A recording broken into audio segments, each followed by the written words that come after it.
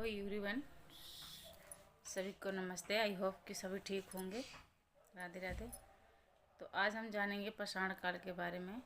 पाषाण काल जिसे स्टोन एज बोलते हैं, ये मानव इतिहास का वह प्रारंभिक दौर है जब मनुष्य मुख्य रूप से पत्थर के औजारों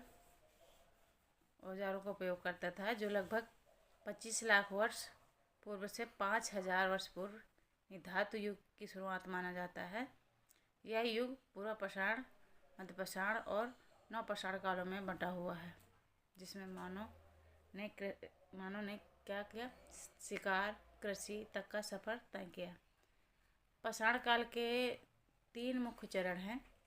पूर्व पाषाण काल जिसे पैलेओलिथिक एज बोलते हैं, जो 25 लाख वर्ष पूर्व से 10,000 ईसा पूर्व तक माना जाता है, जिसमें मानव क्या था? घुमंतु थे, शिकार करते थे और भोजन संग्रह पर निर्भर रहते थे। जो हमारा दूसरा और क्या करते थे? जो औजार है, औजार बड़े और बेढंगे पत्थर के होते थे। महत्वपूर्ण क्या था कि आग का आविष्कार हुआ। फिर हम आ जाते हैं मध्य पाषाण काल। मध्य पाषाण काल जिसे मेसोलिथिक एज बोलते हैं, जिसे 10,000 ईसा पूर्व से 6,000 ईसा पूर्व तक चला। इस समय क्या हुआ? इस टाइम जलवायु जो थी वो गर्म होने लगी और जीवन शैली में भी बदलाव आया। औजार छोटे और सूक्ष्म होने लगे, माइक्रोलिथिक होने लगे और पशुपालन की भी शुरुआत हुई।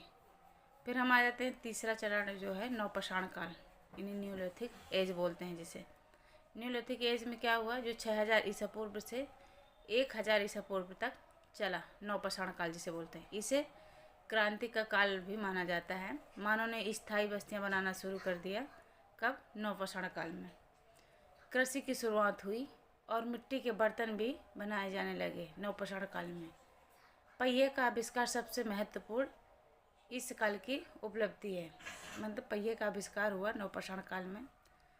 और जो भारत में पाषाण काल है, तो भारत में इस सभ्यता के साथ टोंस नदी यानी नदी घाटी यानी जो यूपी में पड़ती है, भीमबेटका जो मध्य प्रदेश में, गुफा चित्रकारी और बेलारी जो कर्नाटक में पड़ती है, यहाँ से साक्ष्य मिले हैं। तो ये रहा आपका पूर्व पाषाण काल। तो पूर्व पाषाण काल को देख लिया आपने कि इसको 3 भागों में डिवाइड किया गया है।